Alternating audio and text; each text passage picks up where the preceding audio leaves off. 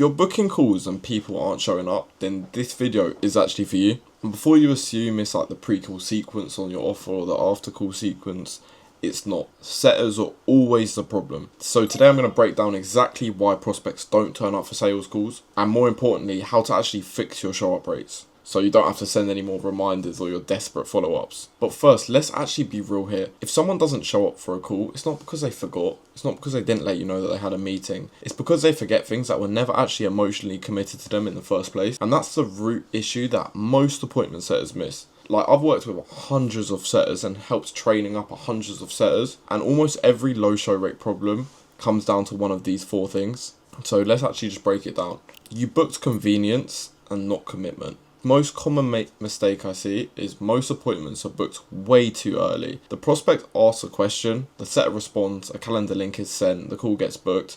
No friction, no qualification, no emotional investment. The problem is the easier the booking, the lower the commitment. If someone can book a call without thinking, then they can just skip it as easily as they booked it. The prospect should feel like this call matters, this call can change my life, this call is relevant to me. If your booking process doesn't create that feeling, then no SMS or email after booking in will actually help prevent this issue. Here's a second issue that I experienced. The call was framed as a pitch and not a process. This one is subtle, but it deads the call before it even happens. Most setters accidentally frame the sales call as a sales call, a discovery call, a quick chat, let's see if it's a fit. This generally destroys the attendance. Why? Because nobody prioritizes a vague conversation. People show up for outcomes and not conversations.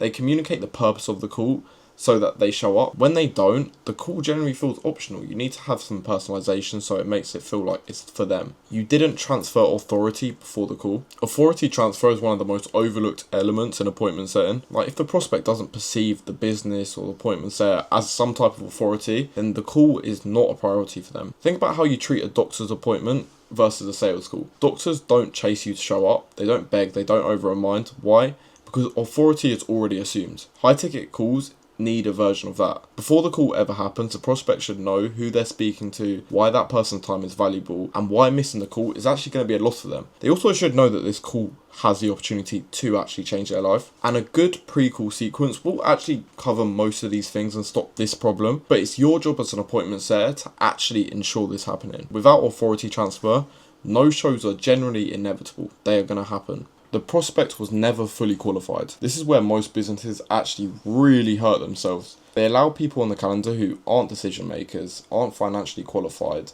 aren't actually interested in really changing much, and aren't actually emotionally ready to make a change. These prospects don't show up because they don't have a reason to. Good setters won't book these prospects onto a call because good setters will disqualify more than they book, because they understand that every unqualified booking is a time wasted in the calendar that could be used for someone who is a better fit for the program. And it lowers the show rate, the close rates, and generally the team morale. Imagine if you're a closer and every single call was unqualified. You're going to have that same mentality going into every call. So now we've covered how generally show rates do break and how you can kind of prevent that. Let's talk about how you can actually fix them. Raise a commitment before they book the call. Before someone books, they should actually acknowledge the problem, confirm that it's relevant to them, and actually argue that the call is worth their time. Simple language like, if we could help you solve this, would this be something you'd want to explore further? It creates a psychological buy-in. By the time the calendar link is sent, the decision should already be made for most people and they just need a bit of help starting. Pre-frame the call with outcomes and not labels.